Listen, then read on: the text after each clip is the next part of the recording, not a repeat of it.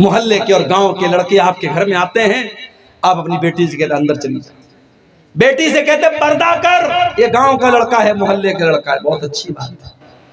آپ کی لڑکی جوان ہو گئی، آپ نے محلے کے لوگوں سے، گاؤں کے لوگوں سے پردہ کرایا، آپ کی لڑکی کی خالہ کا بیٹا آیا، آپ کی لڑکی کے سامنے جا کے بیٹھا ہوا ہے، بند کمرے میں دونوں بیٹھے ہوئے ہیں، موبائل دیکھ رہے ہیں، آپ کو کوئی چنتا نہیں، کہتے وہ تو خالہ کا لڑکا ہے، ماموں کا لڑکا ہے، چاچا کا لڑکا ہے۔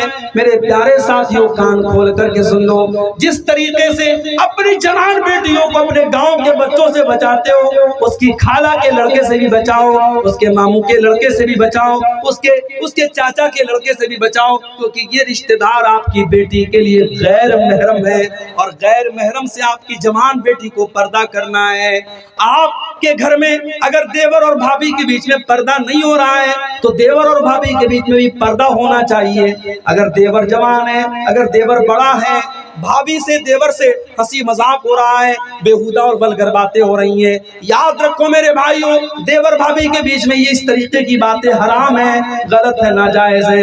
اگر جیجا سالی کے بیچ میں بے تکلفی ہو رہی ہے اور جیجا اپنی سالی کو بائک پر بٹھا کر کے گھما رہا ہے اور اکیلے لے جا کر کے تفریح کرا رہا ہے، یہ بھی غلط ہے، کان کھول کر کے سن لو، یہ بھی غلط ہے۔ اللہ کے نبی فرماتے ہیں ایاکم والدخول علی النساء، غیر محرم عورتوں کے پاس نہ جایا کرو۔ صحابہ نے کہا اللہ کے نبی، کیا دیور اپنی بھابھی کے پاس بھی نہیں جا سکتا؟ کیا جیجا اپنی سالی کے پاس بھی نہیں جا سکتا؟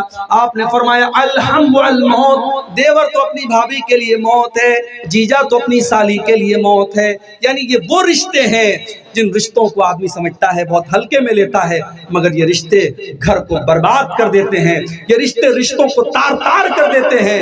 اس لیے دیور اور بھابھی کے بیچ میں اور جیجا اور سالی کے بیچ میں بھی ایک پردہ ہونا چاہیے، ایک پابندی ہونی چاہیے۔ میرے بھائیوں، ہمیں اور آپ کو اپنے گھر کی تربیت اس طریقے سے کرنی چاہیے۔ آج کل یہ بھی ہو رہا ہے، فیس بک کے اوپر کسی نے میسج کیا لڑکی کو، ارے بہن آپ تو ماشاءاللہ بہت اچھا لکھتی ہیں، بڑے اچھے اچھے پوسٹ آپ کے ہوتے ہیں، اچھا آپ کا نام کیا ہے، آپ کا گاؤں کیا ہے؟ اب ایک چیٹنگ شروع ہوتی ہے، پھر وہ چیٹنگ بڑھتے بڑھتے محبت کے اقرار تک پہنچ جاتی ہے۔ میری بہنوں، کان کھول کر کے سن لو، فیس بک کے اوپر، واٹس ایپ کے اوپر اور سوشل میڈیا کے اوپر آئی لو یو بولنے والا اور محبت کا اظہار کرنے والا آپ کے جسم تک پہنچنا چاہتا ہے، بس وہ صرف اس کی نگاہیں آپ کے شریر کی طرف ہیں، اس کا نشانہ آپ کا جسم ہے، وہ اپنے ہوس کی پیاس کو بجھانا چاہتا ہے۔ اسلام میں پیار کا صرف ایک تصور ہے، اسلام کی نظر میں پیار وہ ہوتا ہے جو شادی کے بعد ہوتا ہے، جو میاں بیوی کے بیچ میں ہوتا ہے، جو جائز اور حلال رشتے کے ذریعے ہوتا ہے۔ میری پیاری بہنوں، کبھی کسی کی ناجائز محبت نہ بننا۔ میرے بھائیوں، کبھی سوشل میڈیا پر کسی کی بہن بیٹی کو پھنسانے کی کوشش نہ کرنا۔ اگر آج تم کسی کی بہن بیٹی کو پھنسا رہے ہو، کل تمہاری بہن کے دروازے پر بھی کوئی دستک دے رہا ہوگا، کل تمہاری بیٹی کے دروازے پر بھی کوئی دستک دے رہا ہوگا، اس انجام کے لیے بھی تم تیار رہنا۔ اگر آج کسی کی بہن بیٹی کی عزت پر تم حملہ کرنے جا رہے ہو، کل تمہاری بہن بیٹی کی عزت پر بھی کوئی حملہ کرنے کی تیاری کر رہا ہوگا، یہ سوچ لینا۔ تم ویلنٹائنز ڈے پر اگر کسی کی بیٹی کو اور کسی کی بہن کو گلاب کا پھول دے کر کے محبت کا اظہار کر رہے ہو، تو جا کر کے اپنے گھر میں پتہ لگا لینا، تمہاری بہن کو بھی کسی نے گلاب کا پھول دیا ہوگا، تمہاری بیٹی کو بھی کسی نے گلاب کا پھول دیا ہوگا۔ دنیا کا اصول یہی ہے میرے بھائی، جیسی کرنی ویسی بھرنی۔ اگر آج دوسروں کی عزتوں پر آپ نشانہ سادھ رہے ہیں تو آپ کی عزتیں بھی خطرے میں ہے۔ میرے بھائیوں، سوشل میڈیا کو ناجائز محبت کا اور ناجائز پیار کا ذریعہ مت بناؤ۔ سوشل میڈیا سے بہت اچھے کام بھی ہو سکتے ہیں۔ آج کل میں کہیں جاتا ہوں نا تو لوگ کہتے ہیں مولوی صاحب تھوڑا سا ایک سیلفی لے لیتے ہیں، سیلفی لیتے ہیں۔ اب ماشاءاللہ آج کل موبائل کے کیمرے بھی ایسے ایسے آ گئے ہیں، بالکل کالا آدمی ہے اور کیمرے سے بالکل گورا لگ رہا ہے، چہرے کے جتنے داغ دھبے سب ختم، بدصورت خوبصورت لگ رہا ہے۔ اور مرد کو عورت بنا دو، عورت کو مرد بنا دو، بہت سارے فلٹرز آتے ہیں، بہت سارے کیمرے کے اندر فیچرز آ رہے ہیں۔ آج نوجوان کیا کرتا ہے، مولانا لوگوں کے ساتھ یا بڑے لوگوں کے ساتھ فوٹو لیتا ہے، پھر فیس بک پر ڈالتا ہے، انسٹاگرام پہ ڈالتا ہے۔ کتنے لوگوں نے میری پوسٹ کو لائک کیا، کتنے لوگوں نے میرے فوٹو کو لائک کیا۔ لڑکیاں اپنے فوٹو ڈال رہی ہیں، میرے پیارے ساتھیوں، میری پیاری ماں بہنوں، آپ کو اس بات کی فکر ہے آپ کو فیس بک پر کتنے لوگوں نے لائک کیا، آپ کو انسٹاگرام پر کتنے لوگوں نے لائک کیا، آپ کے اسٹیٹس کو واٹس ایپ پر کتنے لوگوں نے دیکھا، لیکن کیا آپ کو اس بات کی فکر ہے کل اللہ تعالیٰ قیامت کے دن آپ کو لائک کرے گا کہ نہیں کرے گا؟ کہیں ایسا نہ ہو دنیا والوں نے تو بہت لائک کیا لیکن اللہ تعالیٰ کل ڈس لائک کر دے اور اللہ کی بارگاہ میں اللہ ہم سے ناراض ہو جائے۔ میرے بھائیوں، دنیا والے لائک کرے یا نہ کرے، اللہ ہم کو لائک کرے، ہمیں اس بات کی چنتا ہونی چاہیے۔ کل قیامت کا دن ہوگا، اللہ تعالیٰ ہماری زندگی بھر کی ریکارڈنگ کو ہماری گردن میں ڈال دے گا اور اللہ فرمائے گا اقرا کتابک کفا بنفسک اليوم علیک حسیبا۔ اے میرے بندے، یہ دیکھ یہ تیری زندگی بھر کی ریکارڈنگ ہے، یہ تیرا سارا کچا چٹھا ہے۔ یہ رات کو 12 بجے تو نے بند کمرے میں جو گناہ کیے تھے، تو نے رات کو 2 بجے جو تو نے گناہ کیے تھے، وہ سب اس کیمرے کی ریکارڈنگ کے اندر ریکارڈ کر دیا گیا ہے۔ میرے بندے تو بتا تیرے ساتھ کیا ہونا چاہیے، تو خود اپنا حساب کر لے، تیرے ساتھ کیا ہونا چاہیے۔ میری ماں اور بہنوں، جس مسلمان عورت کے پائل کی آواز کا بھی پردہ کرنے کا حکم دیا گیا، اللہ نے قرآن میں کہا وَلَا يَضْرِبْنَ بِأَرْجُلِهِنَّ لِيُعْلَمَ مَا يُخْفِينَ مِنْ زِينَتِهِنَّ۔ اے مسلمان عورتوں، جب تم اپنے گھروں میں چلا کرو تو زور زور سے اپنے پیر کو زمین پہ مار کر کے نہ چلا کرو، کہیں ایسا نہ ہو تمہارے پائل کی آواز غیر مردوں کے کانوں تک پہنچے۔ جو اسلام ایک عورت کے پائل کی آواز کو بھی غیر مردوں تک جانے کی اجازت نہیں دیتا ہے۔ او میری بہنوں، تم واٹس ایپ کے اوپر، تم فیس بک کے اوپر، تم انسٹاگرام کے اوپر اپنے فوٹوز ڈال رہی ہو، اپنے ویڈیوز ڈال رہی ہو، اپنی شادی کے فوٹوز ڈال رہی ہو، یہ کہاں سے جائز ہو جائے گا میری پیاری ماں بہنوں؟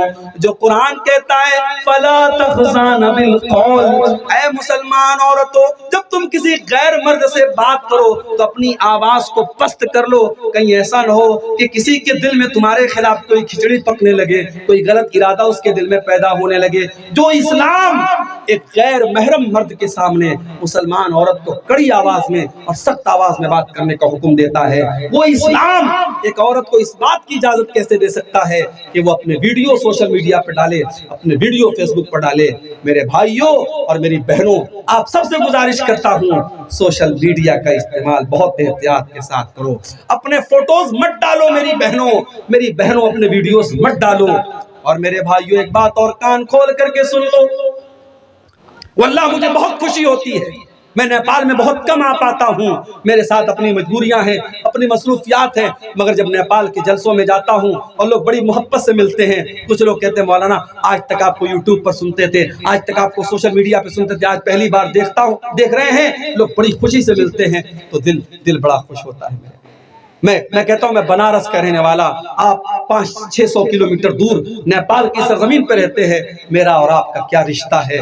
ایک ہی رشتہ ہے، لا الہ الا اللہ محمد رسول اللہ کا رشتہ ہے، دین کا رشتہ ہے، ایمان کا رشتہ ہے۔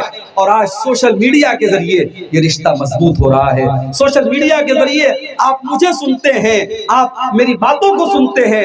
سوشل میڈیا کا اچھا استعمال بھی کیا جا سکتا ہے میرے بھائیوں، اس کا غلط استعمال مت کرو، گندگی پھیلانے کا ذریعہ مت بننے دو۔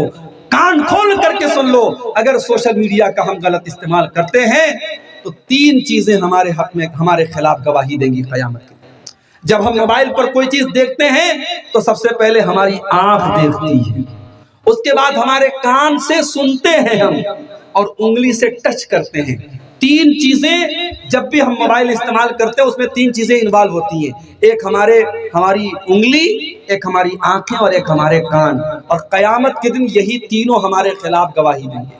حَتَّى إِذَا مَا جَاءُوهَا شَهِدَ عَلَيْهِمْ سَمْعُهُمْ وَأَبْصَارُهُمْ وَجُلُودُهُمْ بِمَا كَانُوا يَعْمَلُونَ۔ قیامت کے دن تمہارے کان تمہارے خلاف گواہی دیں گے، تمہاری آنکھیں تمہارے خلاف گواہی دیں گی، تمہارے بدن کی چمڑی تمہارے خلاف گواہی دے گی۔ وَقَالُوا لِجُلُودِهِمْ لِمَ شَهِدْتُمْ عَلَيْنَا قَالُوا أَنطَقَنَا اللَّهُ الَّذِي أَنطَقَ كُلَّ شَيْءٍ۔ انسان اپنی چمڑی سے بولے گا کہ تو کیسے بول رہی ہے، تو کیسے بات کرے. انسان کی انگلی انسان کے بدن کی چمڑی بولے گی کہ آج اللہ نے ہم کو بولنا سکھایا ہے. اس انگلی سے کیا کیا ٹچ کر رہے ہو، کیا کیا موبائل پہ کھول رہے ہو. تم نے ہسٹری سے سب ڈیلیٹ کر دیا، تم نے براؤزر سے سب ڈیلیٹ کر دیا، تم نے سارے ثبوت مٹا دیے، مگر انگلی بتائے گی تم نے کیا کیا ٹچ کیا تھا. میرے نوجوان ساتھیوں، سوشل میڈیا کا غلط استعمال مت کرو. اور میں گارجین حضرات سے کہنا چاہوں گا، میں ماؤں سے کہنا چاہوں گا، جوان بیٹیوں کو اگر آپ نے موبائل دیا ہے تو نظر رکھیے. یہ رات کو 2 بجے کس سے بات ہو رہی ہے، یہ راستے میں چل رہی ہے کس سے مسکرا کے بات کر رہی ہے. یہ کالج میں جاتی ہے، آپ نے 5,000 کا موبائل دلایا اور وہ گھر میں 50,000 کا آئی فون لے کے آ رہی ہے.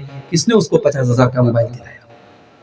آپ ریچارج نہیں کرواتے اپنی بیٹی کے موبائل میں، آپ نے پیسہ بھی نہیں دیا، ہر مہینے اس کے موبائل پہ ریچارج ہو رہا ہے. کون ریچارج کروا رہا ہے؟ ایک مربی کی، ایک گارجین کی ذمہ داری ہے میرے بھائیوں، وہ دیکھے اس کا بیٹا کہاں جا رہا ہے، اس کی بیٹی کہاں جا رہی ہے. اگر آپ نے یہ فرض نہیں نبھایا تو اللہ کی آپ کی پکڑ ہوگی. میرے پیارے ساتھی، اپنی اولاد کی اخلاقی تربیت بھی کرو میرے بھائیوں. اپنی اولاد کو طور طریقہ سکھاؤ جو اسلام نے سکھایا ہے. حضرت لقمان کو دیکھو اپنے بچے سے کیا کہتے ہیں، یا بنیا لا تمش فی الارض مرحا. کہتے ہیں میرے بچے تو زمین میں اکڑ کر کے نہ چلنا، ان اللہ لا يحب كل مختال فخور. اے میرے بچے، اللہ تعالیٰ اکڑنے والوں کو، گھمنڈ کرنے والوں کو پسند نہیں کرتا ہے. اور کہتے ولا تصعر خدك للناس. اے میرے بچے، تو گال پھلا کر کے لوگوں سے نہ ملا کر. اور فرماتے وقصد فی مشیک، جب تو چلا کر تو تیری چال میں میاں نہ روی ہونی چاہیے، تو اکڑ کر کے نہ چلا کر. وغضض من صوتک، جب تو بات کرے تو تیری آواز پست ہونی چاہیے، تو چلا چلا کے بات نہ کیا کر. اگر آپ اپنے بچوں کو یہ تعلیم دیں گے، آپ کے گھر میں بچوں کی آواز سے پتہ چل جائے گا آپ نے بچوں کی تربیت کیسے کی ہے. جس گھر سے بچوں کے چلانے کی آوازیں آئیں، جس گھر سے عورتوں کے چلانے کی آوازیں آئیں، جس گھر سے جوان لڑکیوں کی چلانے کی آوازیں آئیں، سمجھ جاؤ اس گھر میں ماں باپ اپنے بچوں کی تربیت نہیں کرتے. اور آگے بڑھیے، ماں باپ کی ذمہ داری بتا رہا ہوں. بچے جوان ہو جائیں، ان کے بستر الگ کر دو. اللہ کے نبی فرماتے جب تمہارے بچے 10 سال کے ہو جائیں بستر الگ کر دو. اے اللہ کے نبی، بات سمجھ میں نہیں آ رہی ہے. ابھی تو میرا بیٹا 10 سال کا ہوا ہے، ابھی تو میری بیٹی 10 سال کی ہوئی ہے، 10 سال کے بچے کا بستر الگ کیوں کروا رہے ہیں اللہ کے نبی؟ میرے پیارے ساتھیوں، اسلام اللہ کا دین ہے. اللہ تعالیٰ خوب جانتا ہے انسان کی کمزوری کیا ہے. جب بچہ 10 سال کا ہو جاتا ہے، جب لڑکی 10 سال کی ہو جاتی ہے، اب وہ دھیرے دھیرے بلوغت کی طرف جا رہے ہیں. اب لڑکا بالغ ہو رہا ہے، اب لڑکی بالغ ہو رہی ہے. اب ایک بستر پہ لڑکا دونوں ساتھ میں سو رہے ہیں، ایک ہی چادر میں، ایک ہی کمبل میں سو رہے ہیں، یا لڑکا لڑکی ساتھ میں سو رہے ہیں. یہ مناسب نہیں ہے. اسلام نے زناکاری تک پہنچانے والے چور دروازوں سے بھی روکا ہے. سماج میں جہاں جہاں سے زناکاری آ سکتی ہے، بے حیائی آ سکتی ہے، بے غیرتی آ سکتی ہے، سماج نے ان سارے راستوں سے روکا ہے. آپ کے بچے 10 سال کے ہو جائیں، اللہ کے نبی فرماتے بستر الگ کر دو. بچہ جوان ہو گیا، 18 سال کا ہو گیا، 20 سال کا ہو گیا، اب شادی کرا دو. ارے مولوی صاحب ایسے کیسے شادی کرا دیں؟ ایک ہی تو بیٹا ہے، ہم اپنی بیٹے کی شادی ایسی لڑکی سے کرائیں گے جو پورے نیپال میں سب سے خوبصورت اور سب سے اسمارٹ ہو. بہن کہتی ہے میں اپنے بھائی کے لیے ایسی دلہن لاؤں گی جو پورے سماج میں، پورے گاؤں میں سب سے اکلوتی دلہن ہو، سب سے A1 پیس ہو. میری پیاری بہنوں، اپنے بھائی کے لیے ایسی دلہن لانے میں کتنا ٹائم لگاؤ گی؟ لڑکا 20 سال کا تھا، بہن نے اپنے بھائی کے لیے بھابھی تلاش کرنا شروع کیا. لڑکا 35 سال کا ہو گیا، لیکن لڑکی کو اپنے بھائی کے لیے اپنی من پسند بھابھی نہ مل سکی. میرے پیارے ساتھیوں، ایسا نہ کرو. اپنے لڑکوں اور لڑکیوں کی صحیح وقت پر شادی کرا دو.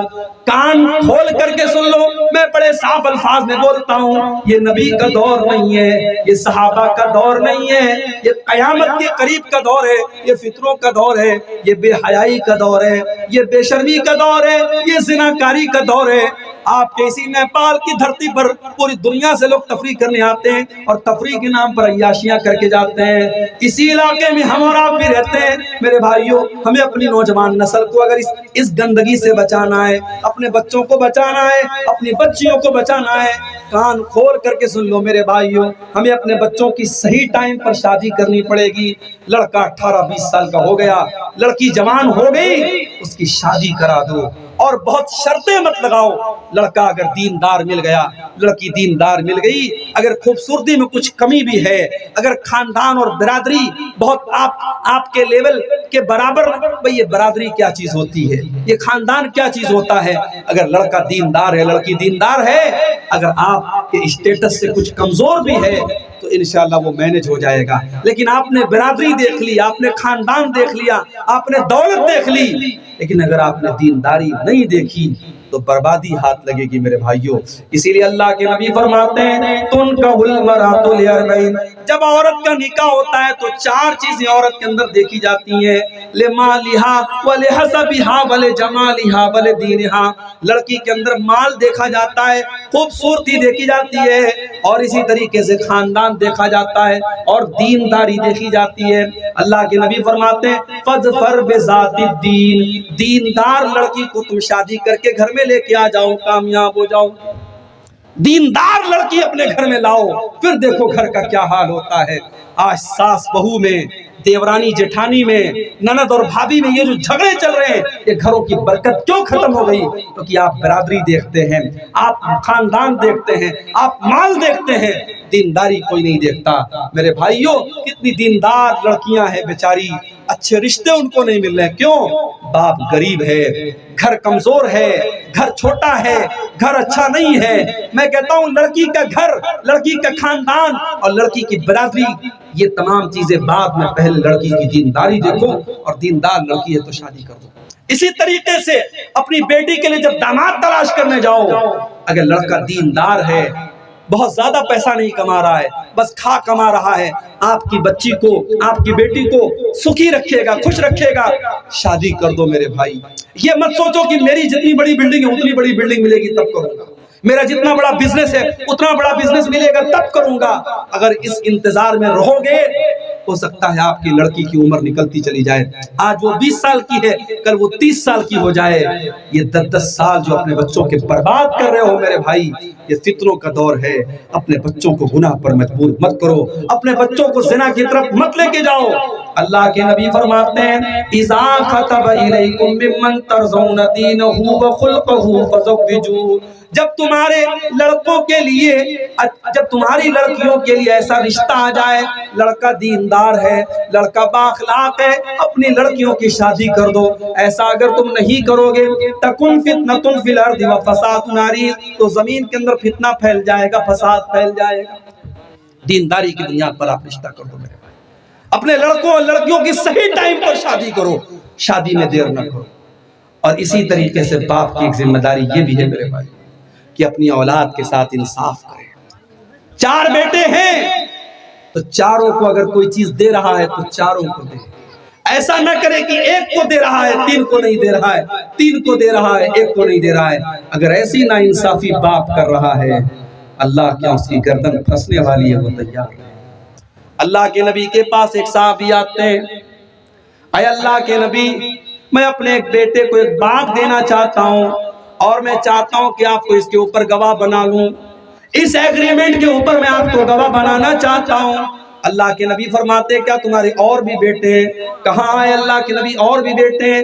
آپ نے فرمایا کیا سب کو تم نے دیا ہے؟ نہیں سب کو نہیں دیا ہے. آپ نے فرمایا جب سب کو نہیں دیا ہے اور ایک بیٹے کو دینا چاہتے ہو، لا تشہدنی علی جور، تو یہ ظلم ہے اور ظلم کے اوپر میں گواہی نہیں دوں گا. آپ نے یہ بھی فرمایا واتقوا اللہ وعدلوا بین اولادکم، اللہ سے ڈرو اور اپنی اولاد کے ساتھ انصاف کرو.